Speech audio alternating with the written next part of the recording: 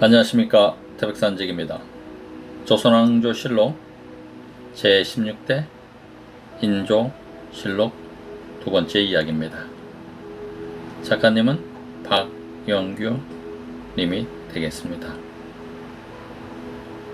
인조실록 두 번째 이야기, 인조시대의 별난들. 이괄이 3일차나 인조가 반정으로 왕위에 오른 이후 조선사회는 한동안 어수선한 분위기 속에서 불안한 나날을 보내고 있었습니다. 반란으로 광해군을 몰아내고 집권한 서인들은 또 다른 반란을 염려하는 한편 사분오열되어 각자의 정치적 입지를 다지기에 여념이 없었습니다. 이 과정에서 각 계파들은 반대 세력을 몰아내기 위한 계략짝에 혈안이 되어 있었고, 급기야 영모설을 퍼뜨려 반대파를 제거하려는 음모를 꾸미기도 했습니다. 이 같은 계파 간의 갈등이 빚어낸 이괄의 난으로 인해 인조는 등극한 지 1년도 채 못되어 도성을 버리고 피난길에 오르는 신세가 됩니다. 고전 끝에 가까스로 난은 평정되었지만 이 사건으로 조선의 국력은 극도로 쇠약해지고 사회는 극심한 혼란과 불안에 휩싸이게 됩니다. 그리고 이런 혼란은 결국 왕이 무릎을 꿇고 청에 사죄를 하며 군신 관계를 맺는 삼전도의 치욕으로 이어집니다. 인조시대의 혼란과 국처의 전주국이 된 이괄의 난은 반정 이후 농공 행상에 대한 이괄의 불만에 의해 야기된 사건이라는 것이 사관들의 통평이었습니다. 하지만 당시의 상황을 좀 더 면밀히 분석해보면 이 사건은 이괄의 불만 때문이 아니라 서인들의 세력 다툼의 원인이 되어 발생한 것이라는 사실을 발견할 수 있습니다.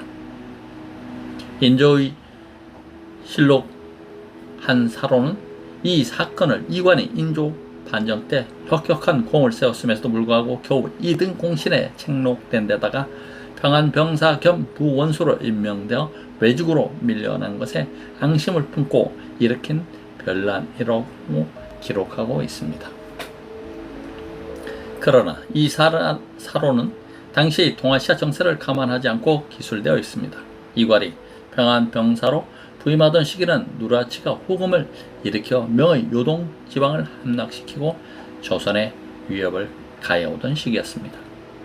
이 때문에 친명정책을 쓰고 있던 조선은 변방 방어에 만전을 기하지 않으면 안 되는 상황이었고, 따라서 변방 방어의 주력 부대 지휘관인 평안병사 이괄에게 국군이 달렸다고 해도 과언이 아니었습니다.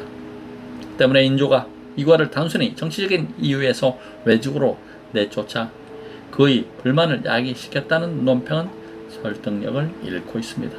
오히려 인조는 그의 풍부한 전투 경험과 용병 능력을 높게 평가하여 그에게 북방 수비군의 주력 부대를 맡겼다고 이해하는 것이 당시의 상황 논리에 맞습니다. 당시 변방 수비를 책임졌던 사람은 장만이었습니다. 인조는 그때의 상황을 준전시 상황으로 규정하고 전시하나 임명하던 도원수의 장만을 세웠고 부원수의 평안병사 이괄을 임명했습니다. 사실 이때 부원수 물망에 오른 사람은 이소와 이괄 두 사람이었습니다. 인조는 두 사람 중 누구를 선택해야 할지 몰라 도원수 장만에게 부원수를 임명하도록 했는데, 이때 장만은 이괄을 지명했던 것입니다. 북방 수비대의 병력은 약 15,000명 정도였습니다. 그 중에 주력 부대 1만 명은 부원수인 이괄의 지휘 아래 영변에 주둔하고 있었고, 지원부대 5,000명은 장만의 지휘 아래 평양에 주둔하고 있었습니다. 이러한 편제는 곧 부원수가 변방 수비의 실질적인 총책임자라는 것과 따라서 도원수 못지않게 전력에 밝고 통솔력이 뛰어나지 않으면 안 된다는 것을 시사해주고 있습니다. 그러므로 이괄의 부원수 임명은 신중한 논의 끝에 결정되었던 것입니다. 이괄은 이러한 자신의 중요한 책무를 통감하고 임지에 도착하여 군사 조련, 성책 보수, 진영의 경비 강화 등 여진족의 내침 방어에 몰두했습니다. 이괄이 이처럼 변방 수비에 몸을 아끼지 않고 있을 때 중앙의 서인들은 이괄이 변방 군사 1만을 지휘하고 있다는 사실을 이용해 남아있던 북인 세력을 제거하기 위한 음모를 꾸미고 있었습니다.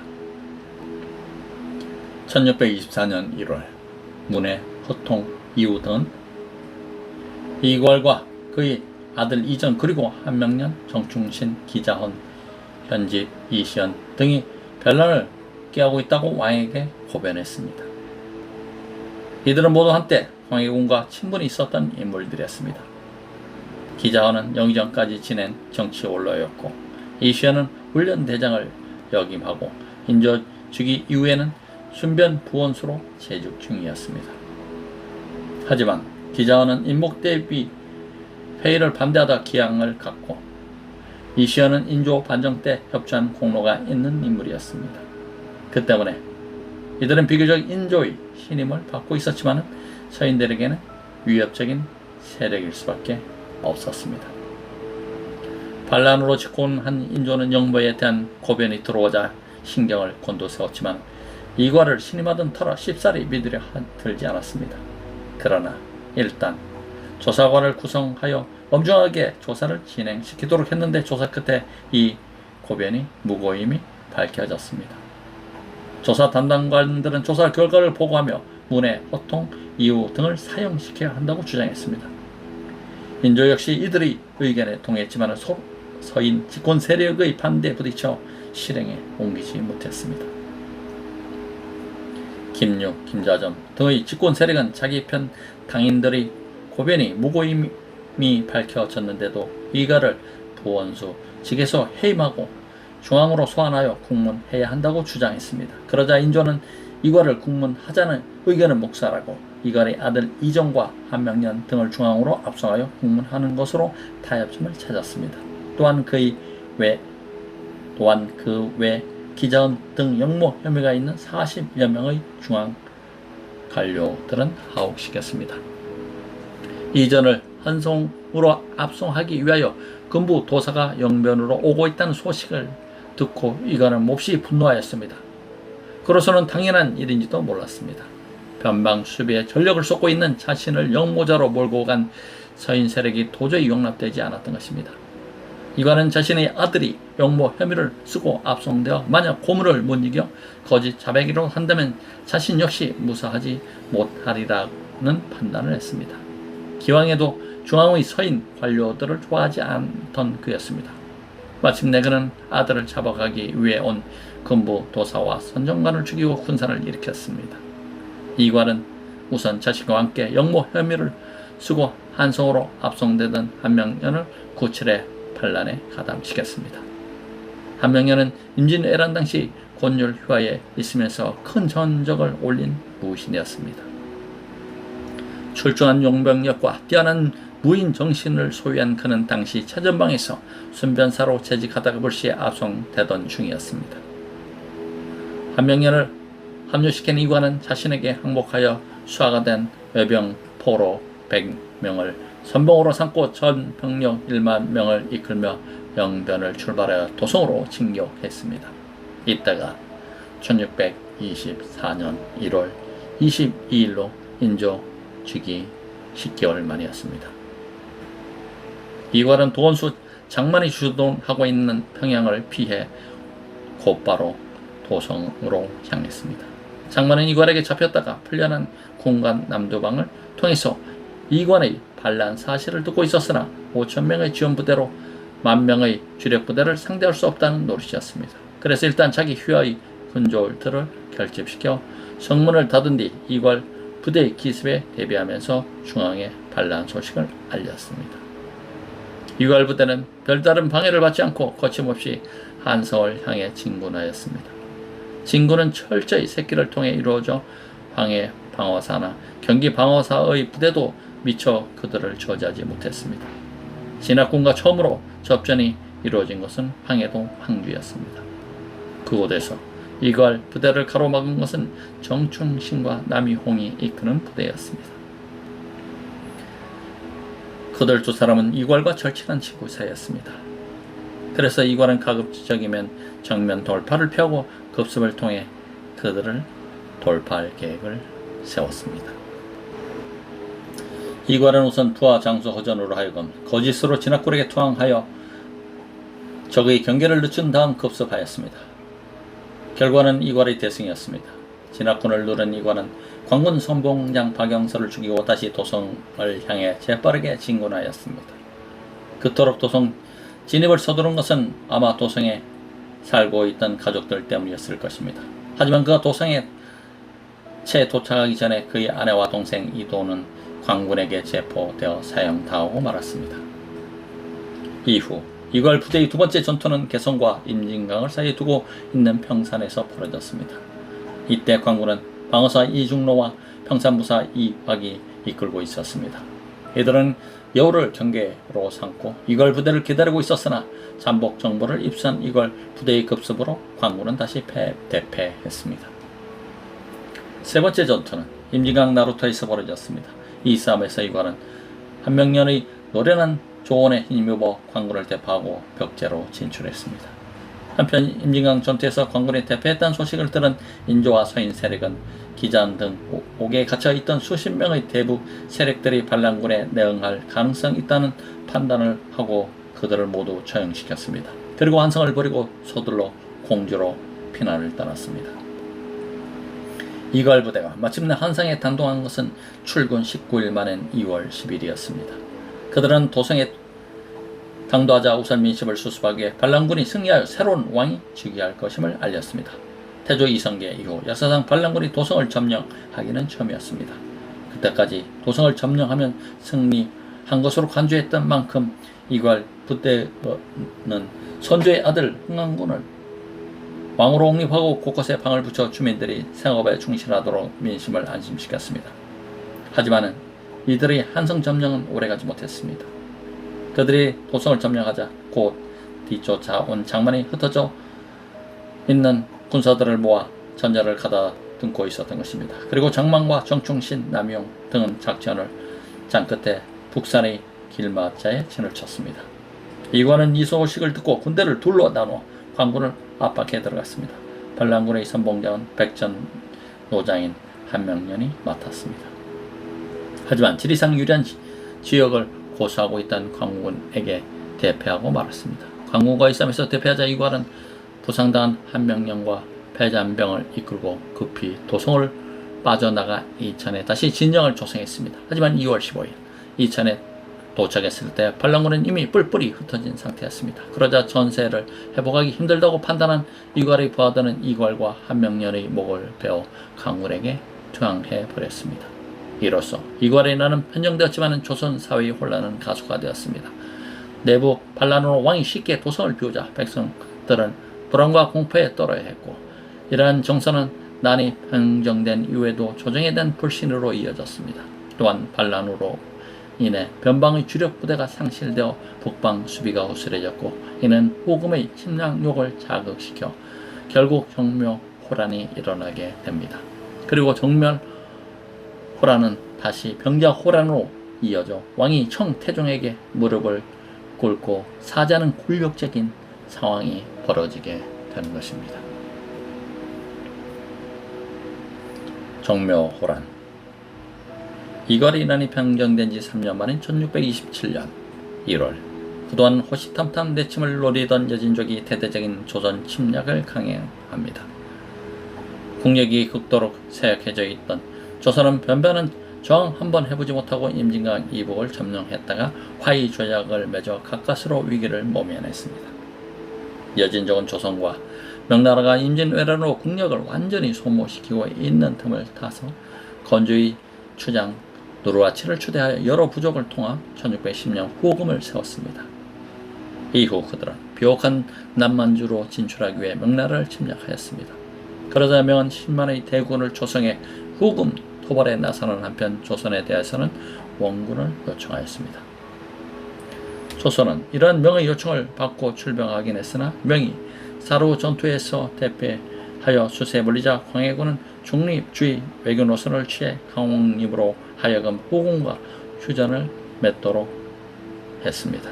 이에 따라 조선은 일단 전란의 중심부에서 벗어나 명과 후금의 싸움을 관망하면서 내부적으로는 국방을 강화시키고 전장을 대비하여 군사력을 증강시키고 있었습니다. 광해군의 이런 전략 덕분으로 조선은 한동안 전란의 위험에서 벗어날 수 있었으나 인조 반정이 일어나 광해군이 배출되고 서인 세력이 들어설면서 친명 배금 정책을 천명함으로써 조선과 호금의 관계는 다시 악화되었습니다. 조선은 대명 사대주의 길을 걸으며 공공연의 명을 원하며 호금과의 전쟁에서 패퇴한 명나라 장수와 군사들을 보호해주기도 하였습니다.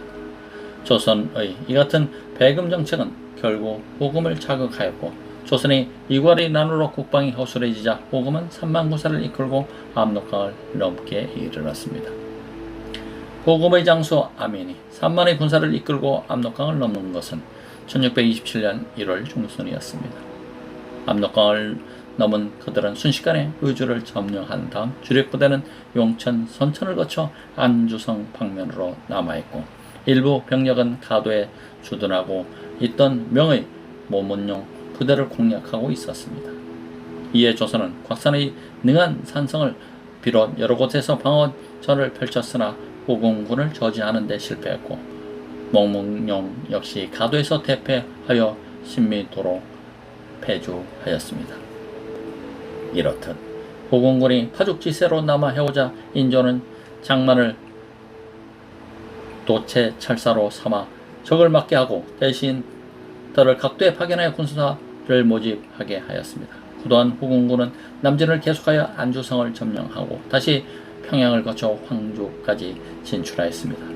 이때 평산에서 방어진을 형성하고 있던 장만은 전세가 불리함을 깨닫고 예성강 남쪽인 개성에 진을 치고 적과 대치했습니다. 한편 조선 조정은 전세가 극도로 불리하다는 판단을 하고 김상용을 유도 대장에 명하여 한성을 지키게 하고 소현세자는 전주로 내려가고 인조는 강화도로 피신하였습니다.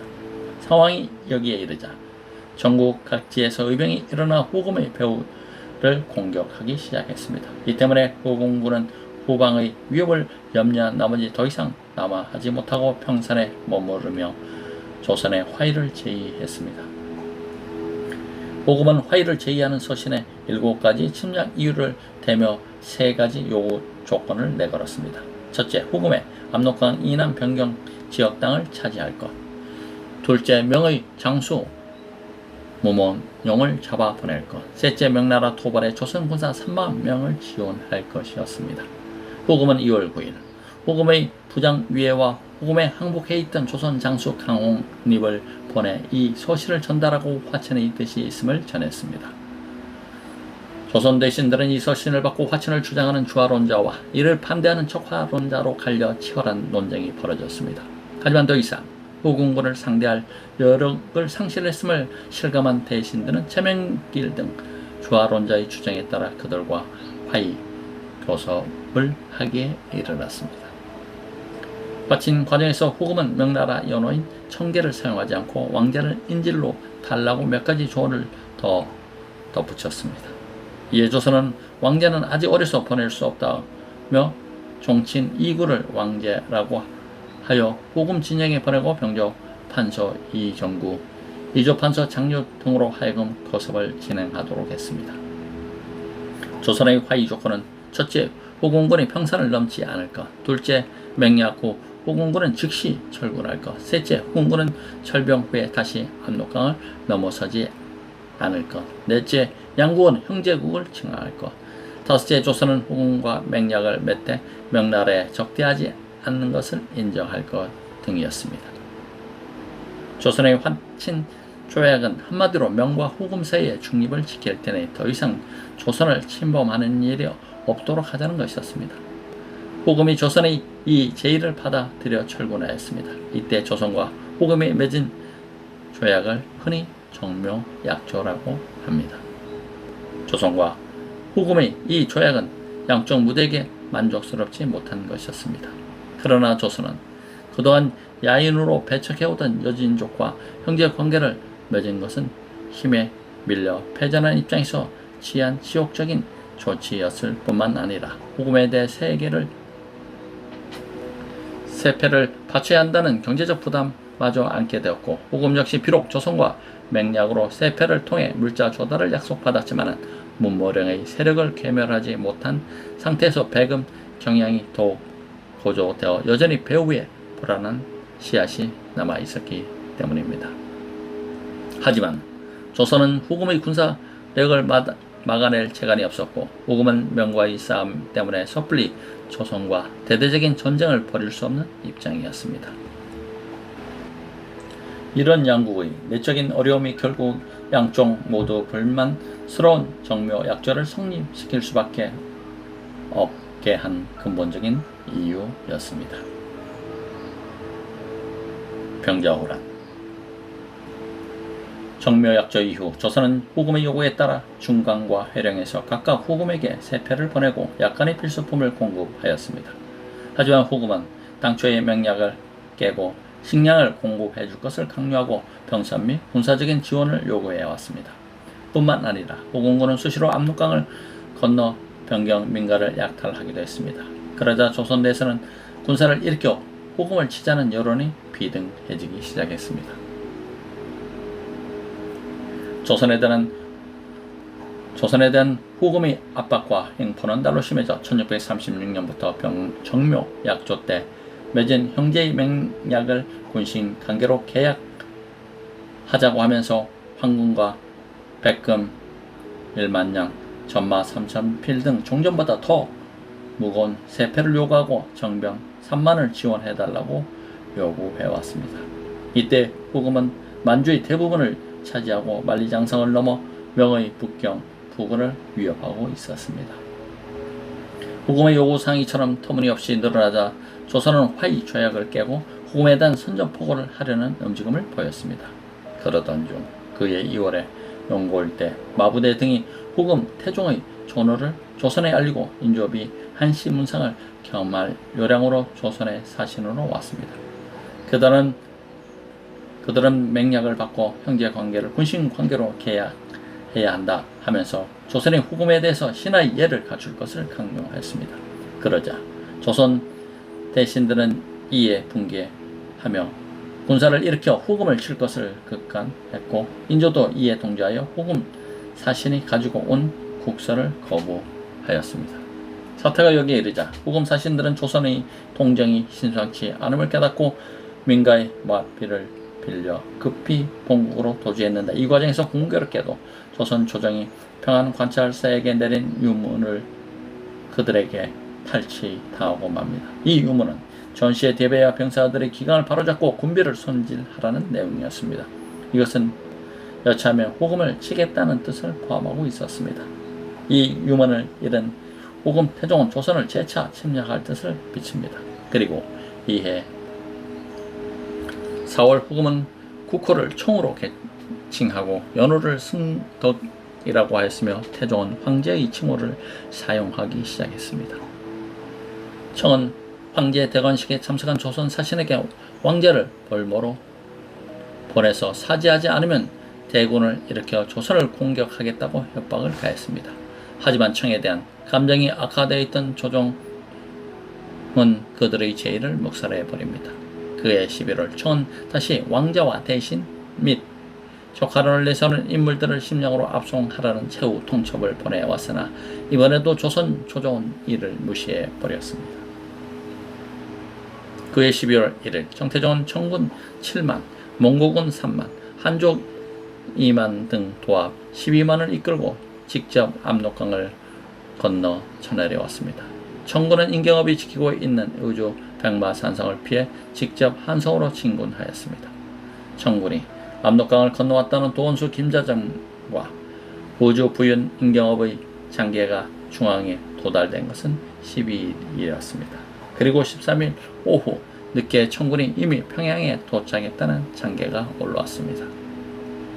청군이 그렇게 빨리 밀고 내려올지 예상하지 못했던 조선 조정으로서는 이 장계로 국도의 혼란에 휩싸였고 도성 내 주민들은 피난길에 오르기 시작했습니다. 그리고 다음 날인 14일 개성 유수의 급보로 청군이 이미 개성에 다다랐다는 것을 알게 되자 인조는 급히 판윤 김경징을 검찰사로 부작 이명구를 부사로 명하고 강화 유수 장신에게 주사 대장을 겸직시켜 강화도 수비를 명령했습니다.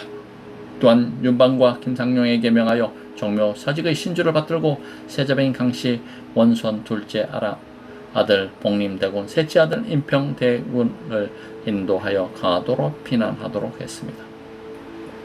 인조 자신도 그날 밤 도성을 빠져나가라 했으나 적정을 탐색하던 군졸이 달려와 청국군이 벌써 영서역 지금의 서울 은평구와 불광동 사이에 통과했으며 강화도로 가는 길을 차단하고 있다는 보고를 하자 이를 포기했습니다.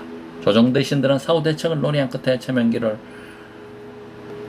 적진에 들어가 시간을 끌게 하고 인조는 세자와 백관을 대동하고 남한산성으로 몸을 피했습니다. 인조 일행이 남한산성으로 들어가 영의정, 김유 등은 그곳이 지리적으로 불리하다는 이유를 대며 야함을 틈타 강화도로 옮겨갈 것을 역설했습니다. 다음날 15일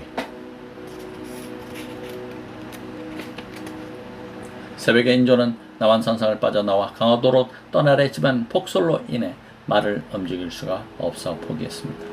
인조가 남한산성에 남게 되자 한성 주변의 관리들은 각기 수백 명의 군사를 이끌고 그곳으로 직결하였고 이에 총 병력은 약 13,000명이 되었습니다. 이때 성 안에 있는 곡식은 양곡 14,300석, 장 220 항아리 정도로 약 50일간 버틸 수 있는 양이었습니다.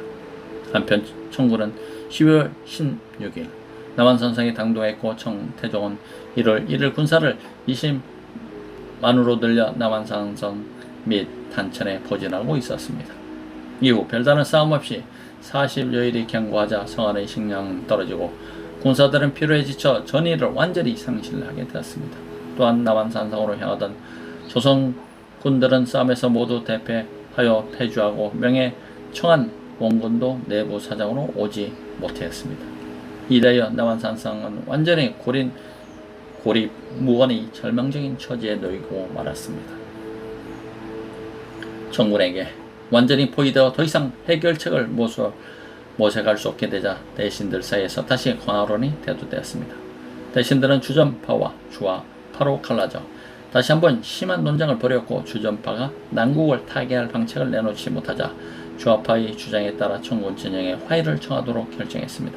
이에 최명길이 국서를 작성하고 자의정 홍서봉, 호조판서 김신국 등을 청군 진영에 보냈습니다. 그러자 청태종은 조선 국왕이 직접 성 밖으로 나와 항복을 맹세하고 척화 주모자 3인을 결박하여 보내라고 하였습니다. 내용이 너무 가당치 않다는 생각으로 인조와 대신들은 청의 제의를 받아들이지 않는 가운데 주전론과 주화론에 팽팽하게 맞서 다시 수의를 보냈습니다. 그러는 사이에 강화도가 함락되었다는 보고가 있자 청하는 술렁대기 시작했습니다. 그리고 강화도에서 포로가 된 윤방과 항흥일 등의 장계가 전달되자 인조는 별 수 없이 항복을 결심할 수밖에 없었습니다.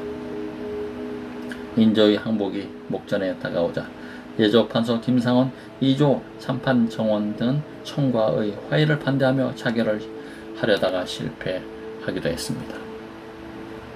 인조가 출성하여 항복할 결심을 굳히자 홍서봉, 최명길, 김신국 등 적진을 왕래하며 조선 측의 항복 조건을 제시하고 청군 진영에서는 용골대, 마부대 등의 사신들이 남한으로 돌아와 회담에 응하였다. 조약 세명시된 청의 요구사항은 총 11가지였습니다. 청에 대해서 신하의 예를 갖추는 한편 명과 교를 끊을 것, 청의 물자 및 군사를 지원할 것, 청에 적대하려는 움직임을 보이지 말고 세패 공물을 보낼 것 등이었다. 조약이 체결되자 1637년 1월 30일 인조는 세자와 함께 소문으로 나가 한강 동편 삼전대에서 청태종에게 무릎을 꿇고 신하의 예를 갖춘 뒤 한성으로 되돌아왔다.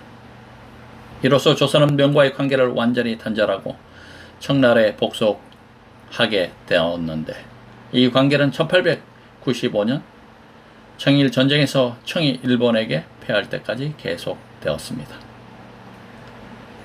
청은 철군하면서 소현세자, 빈궁, 복림대군, 인평대군 등을 볼모로 삼고 미리 유치하려던 촉화론자 오달제, 윤집, 홍익환을 심량으로 끌고 갔습니다. 청군은 조선에서 철수하는 도중에 단도의 동강지를 공격하게 하였는데 이때 청태종은 페르 아탁과 항복한 명나라 장수 공유덕 등으로 하여금 병선을 만들게 하였으며 조선 측에서도 황해도의 병선을 지원했습니다.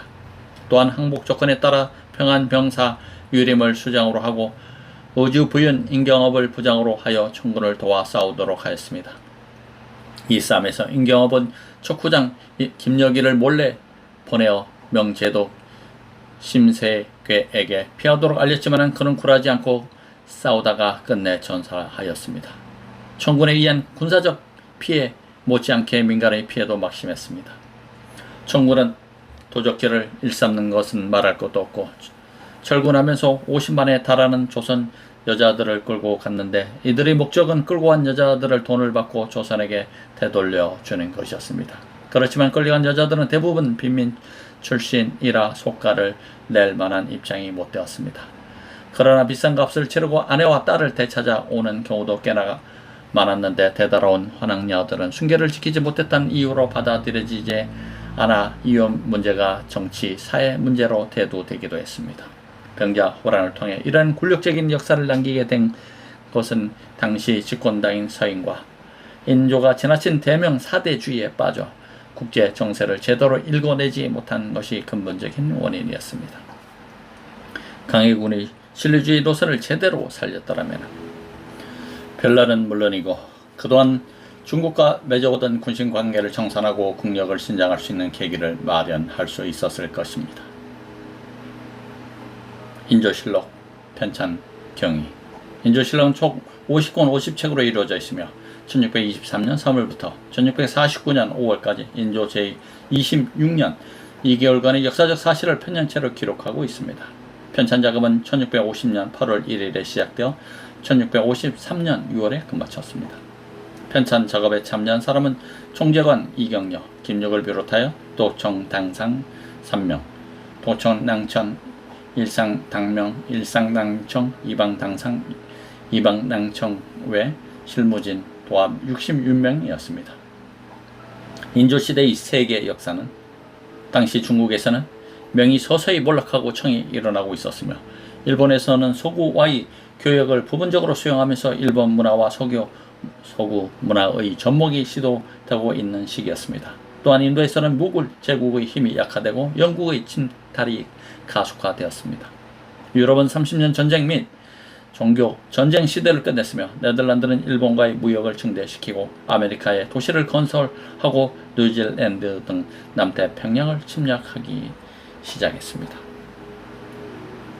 또 이 시기에는 데카르트의 방법소설, 홉스의 시민론, 밀턴의 언론의 자유, 갈릴레오의 천문대화, 디마피스의 춘희 등의 저작이 나왔고 파스칼은 유체의 압력에 의한 파스칼의 법칙을 발견하던 시기였습니다. 조선왕조실록 제16대 인조편 두 번째 이야기였습니다. 태백산직이었습니다. 감사합니다.